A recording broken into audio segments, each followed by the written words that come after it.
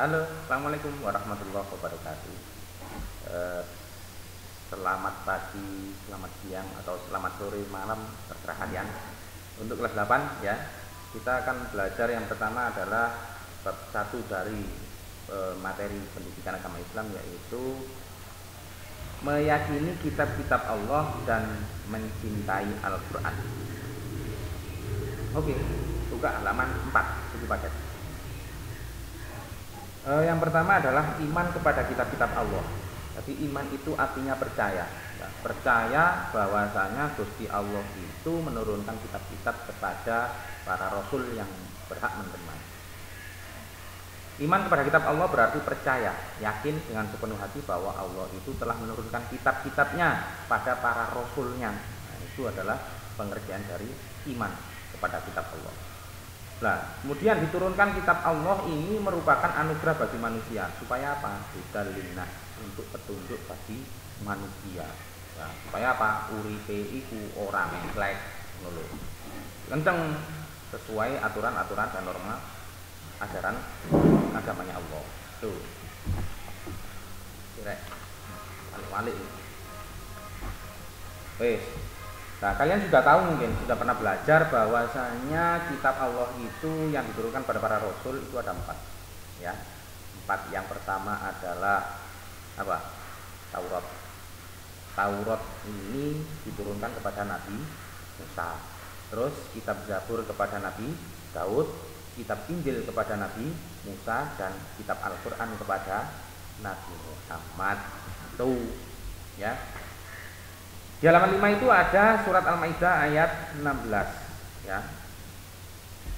Yahdi a'udzubillahi minasyaitonirrajim. Bismillahirrahmanirrahim. Yahdi bihillahu man ittaba'a ridwanahu subulas salami wa yukhrijuhum minadh-dhulumati ilan nur biidnihi wa yahdihim ila siratal mustaqim. Itu surat Al-Maidah. Artinya apa? Dengan kitab itulah Allah memberi petunjuk pada orang yang mengikuti keridhoannya ke jalan keselamatan, dan dengan kitab-kitab itu pula Allah mengeluarkan orang itu dari gelap gulita ben terang ora petengan ya. Jadi supaya apa? Kepada cahaya dengan izinnya dan menunjukkan ke jalan yang lurus. Loh, intinya itu dikai jalan yang kenceng. Nek kowe dikai jalan kenceng sengane menggo yo taqabbalallahu minna wa minkum. Sekarang kita bahas nama-nama kitab dulu. Yang pertama tadi saya singgung, Taurat itu adalah kitab yang diturunkan kepada Nabi Musa alaihissalam. Kitab Taurat ini diturunkan pada abad ke-12 sebelum Masehi ya. Tadi kitab Taurat ini 12 sebelum Masehi. Sekarang tahun Masehinya adalah 2020. Berarti belum 2020, abad ke-12 itu kitab Taurat turun. Diturunkan kepada siapa? Kepada Nabi Musa ya.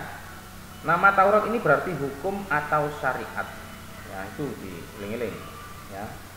Halaman 6, saya bahas halaman 6 ya.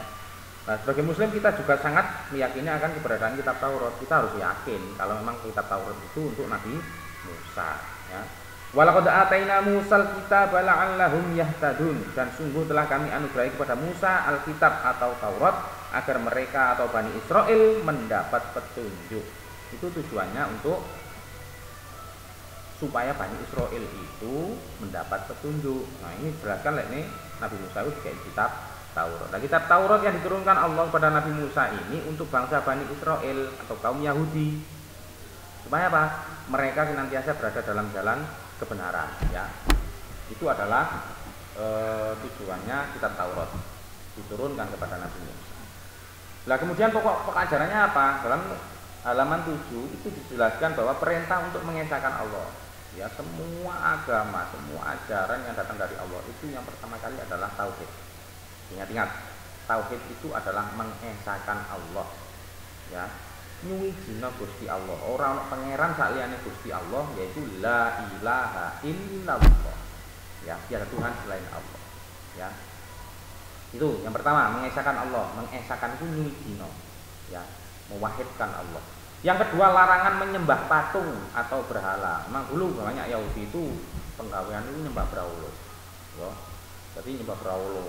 Makanya Nabi Musa itu datang, kemudian diberi kitab Taurat oleh Allah Supaya apa? Supaya menjadi jalan penerang bagi para kaum Bani Israil. Yang ketiga, larangan menyebut nama Allah Subhanahu wa taala dengan sia-sia. Tidak boleh menyebut nama Allah itu dengan sia-sia, tidak boleh. Misalnya kok jai guyon, ya, ya contohnya ambil sendirilah, semuanya pokoknya jenenge Gusti Allah digawe dulinan, itu tidak boleh. Itu larangan dalam kitab Taurat. Yang keempat, perintah menyucikan hari Sabtu. Nah, kalau kita bahasa Yudul ayamnya adalah hari Jumat. Kalau Yahudi itu adalah hari Sabtu. Ya, ingat-ingat, itu adalah ajarannya pada kaum Bani Israil dalam kitab Taurat. Pada kitab Al-Quran nggak boleh ya. Kita sudah pakai Al-Quran, nggak pakai kitab Taurat lagi. Yang kelima, perintah menghormati kedua orang tua. Nah, ini masih di Al-Quran juga ada untuk menghormati orang tua. Wabil walidaini ihsana, dan berbuat baiklah kepada kedua orang tua. Sama. Yang keenam, larangan membunuh sesama manusia, ora oleh paten-patenan. Yang ketujuh, larangan berbuat zina. Dalam Islam pun juga seperti itu, nggak boleh berzina ya. Berzina itu laki-laki dan perempuan berhubungan biologis tanpa didasari dengan ikatan pernikahan. Artinya enggak haram. Itu ya. Yang kedelapan, larangan mencuri. Enggak boleh. Masih di Islam barang ya juga enggak boleh mencuri, sama. Yang kesembilan, larangan menjadi saksi palsu. Ya, enggak boleh menjadi saksi palsu. Misalnya kamu memfitnah orang, ya, baru kamu dilabrak sama orangnya. Terus kemudian akhirnya kamu menyewa orang untuk jadi saksi palsu. Kamu harus mengiyakan apa yang saya katakan. Misalnya kalau ditanyai sing tak fitnah mangko, wah, itu adalah saksi palsu. Nah, saksi palsu seperti itu tidak boleh, hukumannya sangat berat ya. Kemudian larangan mengambil hak orang lain. Nah, artinya mengambil hak orang lain itu yo sama rakus, yo diimbui karo mencuri ini itu tidak halal. Itu namanya mengambil haknya orang lain, itu tidak boleh ya. Itu adalah kitab Taurat. Oke, langsung kepada kitab Zabur. Kitab Zabur ini sangat simpel dan tidak banyak dibahas oleh Al-Quran. Karena apa? Diturunkan pada abad 10, abad ke-10 sebelum Masehi. Kepada siapa? Kepada Nabi Daud alaihissalam. Nabi Daud itu orangnya kecil, tapi badannya wah, otot tawat balung musi kulit gebreng. Iya. Oh, dalut kayak kalah, dikeplek-keplek no, ya. Wis. Ini adalah kitab Zabur diturunkan kepada Nabi Daud, lagi-lagi untuk bangsa Bani Israil tadi. Ya, jadi Bani Israil Bani sing rodok memel ngene. Mulai biyen sampai saiki. Dalam firman Allah ya disebutkan bahwasanya a'udzubillahi minasyaitonir rajim wa rabbuka a'lamu biman fis samawati wal ardh wa laqad faddalna ba'dan nabiyyin 'ala ba'din wa atayna Dawuda zabura. Nih, Nabi Daud diberi kitab Zabur ya. Tapi sama, inti ajarannya yang pertama memang harus mentauhidkan Allah, mengesahkan Allah ya. Maka nih kowe kudu mancep nang atimu kalimat la ilaha illallah. Ora ono pangeran sak liyane Gusti Allah, ora ono pangeran sing patut disembah sak liyane Gusti Allah. Yang ketiga, langsung setelah Taurat, Zabur, Injil. Kitab Injil ini diturunkan abad ke-1 Masehi. Nah, sekarang 2020, berarti tahun pertama, tahun ke-1 dulu itu adalah turunnya kitab Injil. Kepada siapa? Tentunya kepada Nabi Isa alaihissalam pada permulaan abad ke-1 Masehi. Kitab Injil ini diwahyukan dari daerah Yerusalem. Ya. Yerusalem itu makanya kayak pujian karo wong-wong Nasrani. Oh, Yerusalem kota suci mulia. Ya, itulah. Namanya memang turunnya adalah di situ. Kitab ini ditulis pada awalnya dengan menggunakan bahasa Suryani. Tapi kitab ini menjadi pedoman bagi kaumnya Nabi Isa alaihissalam, yaitu kaum Nasrani. Firman Allah ya dalam surat Maryam, A'udzubillahi minasyaitonirrajim, qala inni Abdullah. Ataniyal kitaba wa ja'alani nabiyya. Tuh. Jadi dia, maksudnya dia Isa, Nabi Isa itu berkata, sesungguhnya aku hamba Allah. Ini Nabi Isa, dawuhnya Nabi Isa loh ya. Aku ini hamba Allah dari Nabi Isa. Dia ini memberi kitab Injil.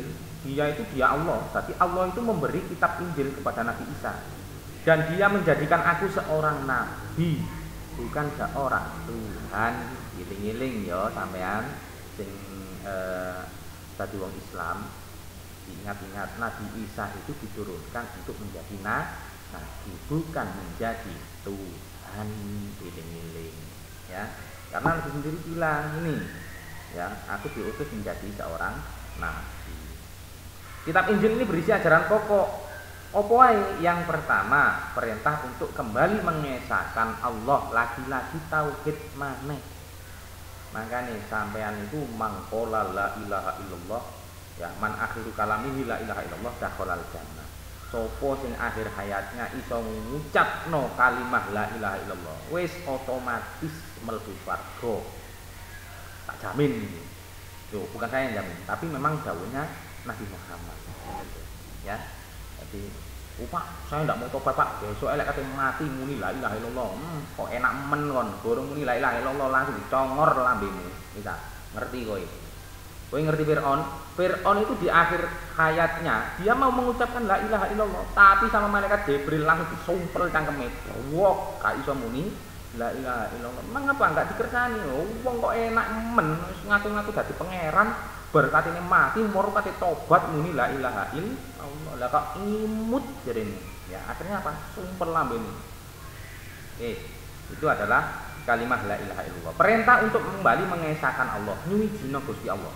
Lagi-lagi tidak ada pangeran yang patut disembah kecuali Gusti Allah.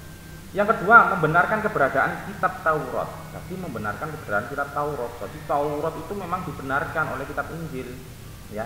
Dan yang ketiga, menghapus beberapa hukum dalam kitab Taurat yang tidak lagi sesuai dengan perkembangan zaman. Memang antara nabi yang satu dengan nabi yang lain itu sudah tidak sama zamannya, eranya juga tidak sama. Seperti Nabi Muhammad, ya itu rabi sak dulur. Misalnya ya ada menikah, kemudian istrinya punya adik, itu kalau Nabi Muhammad tidak boleh, ya. Kalau dulu Nabi Yakub boleh, ya, rabi langsung sak dulur diterantam kabeh dari situ ora apa-apa. Kalau Nabi Muhammad tidak boleh. Itu adalah contohnya antara syariatnya Nabi yang dulu dengan Nabi yang sekarang itu enggak. Ya. Yang keempat, menjelaskan bahwa kelak akan datang kembali Rasul setelah Nabi Isa. Di Injil diterangkan akan datang Nabi akhir zaman. Sopo? Ismu Ahmad. Itu jenenge Nabi Muhammad. Sayangnya statement itu, ayat itu sudah hilang dari Injil yang sekarang. Wis gak ono, sampean goleki Injil saiki nganyar-anyar itu sudah tidak ada. Karena apa? Sudah direvisi sama sarjana-sarjana orang sana. Jadi kita tidak tahu, itu urusannya mereka. Makanya ono kitab Injil perjanjian lama, perjanjian baru, ya sudah tidak tahu lah. Yang penting orang Islam kudu hak nektotaken bahwa la ilaha illallah, orang pangeran sing patut disembah kecuali Gusti Allah, dan Muhammad adalah Rasulullah. Muhammad itu adalah utusan terakhir yang datang. Penjelasan ini juga terdapat dalam kitab Taurat. Jadi kitab Taurat itu juga ada loh. Jangan bilang kalau di Taurat nggak ada keterangan Nabi akhir zaman. Ada. Nabi Muhammad itu sudah tertera ono deh kitab Taurat dan kitab Injil. Sayangnya itu sudah dimusnahkan. Sekarang kita lanjut kepada kitab Al-Quran. Kitab yang keempat ini adalah penutupnya para kitab-kitab, penyempurna. Istilahnya sempurna. Karena apa? Semuanya dirangkum dalam kitab Al-Quran. Taurat itu juga ada, ceritakan tentang ada. Kemudian ceritanya Zabur juga ada, ceritanya Injil itu dimasukkan juga. Tapi komplit. Al-Quran ini merupakan kitab yang diturunkan Allah kepada Nabi dan Rasul yang terakhir, yaitu Nabi Muhammad. Kitab suci Al-Quran diturunkan Allah sebagai penyempurna dan membenarkan kitab-kitab sebelumnya. Buka langsung halaman 12. A'udzubillahi minasyaitonirrajim. Bismillahirrahmanirrahim. Nazzala 'alaikal kitaba bil haqqi musaddiqan lima bayna yadayhi wa anzala Taurata wal Injil. Nazala kang wis nurunaken sapa Gusti Allah alaika ing ngatasi sira apa alkitaba ing kitab bil haqqi kelawan hak, dengan benar, ya. Jadi dia, Gusti Allah ini menurunkan kitab Al-Quran kepada Nabi Muhammad alaika ini ngatasi sira Muhammad, ya, yang mengandung kebenaran, bil haqqi mengandung kebenaran, musaddiqal lima, ya, dan membenarkan baina yadaihi, ya, membenarkan kitab-kitab sebelumnya mulai dari Taurat, Zabur, Injil itu dibenarkan, tapi yang masih original ya. Kitab yang original sing gurung diotak-atik karo menungso. Itu loh ya. Kalau yang sekarang sudah diotak-atik ngombe miro karo tiap jilid berubah-berubah ngono sepuh ngono karep-karepe ngono. Ya, kemudian apa? Musaddiqal lima baina yadayhi wa anzalat Taurata wal Injil, dan Gusti Allah itu sudah menurunkan Taurat dan kitab Injil. Itu adalah tentang pembenaran bahwasanya Al-Qur'an membenarkan kitab-kitab sebelumnya. Isinya apa? Yang pertama tentang akidah. Akidah itu keyakinan. Akidah itu memang harus mulai cilik ditanamkan ya nang arek cilik ya, supaya apa? Dia itu tahu bahwasanya pangeran itu Gusti Allah. Yang kedua, akhlak budi pekerti, yaitu berkaitan dengan pembinaan akhlak mulia, menghindari akhlak tercela. Gak ono Nabi, ini ajaran Islam kon lek ono wong liwat wong ngidoni, yo ndak ada. Harus akhlaknya baik, terpuji, tidak boleh tercela ya. Yang ketiga, ibadah, berkaitan dengan tata cara ibadah, yaitu seperti sholat, zakat, dan ibadah yang lainnya. Ya, itu semuanya ada di situ. Karena nanti diterangkan oleh hadis, hadisnya kemudian ditorehkan lagi oleh ijma sama qiyas dan seterusnya. Para alim ulama. Karena apa? Ulama itu juga warasatul anbiya, ya, penerusnya para nabi, pewarisnya para nabi. Yang keempat, muamalah, yakni berkaitan dengan tata cara berhubungan kepada sesama manusia. Nah, sampean berhubungan karo kancane itu diatur kan. Sudah ada tuntunannya, sampean kok ngikuti aja ya. Yang kelima, tarikh, sejarah. Sejarahnya banyak, tentang kitab-kitab yang terdahulu juga banyak. Nah, ini adalah materi yang pertama dari kelas 8. Nanti tugasnya menyusul di Google Classroom. Kalau ada yang tanya itu boleh tanya di Google Classroom, bebas silakan. Nanti akan saya jawab insyaallah ya. Nah, mungkin dari itu cukup dari saya itu ya. Nanti pertemuan yang kedua menyusul ya, streaming videonya. Enggak usah di-subscribe juga enggak apa-apa ya. Yang penting dilihat aja, ditonton biar ngerti. Oke, terima kasih. Gitu aja. Wabillahi taufiq wal hidayah. Wassalamualaikum warahmatullahi wabarakatuh.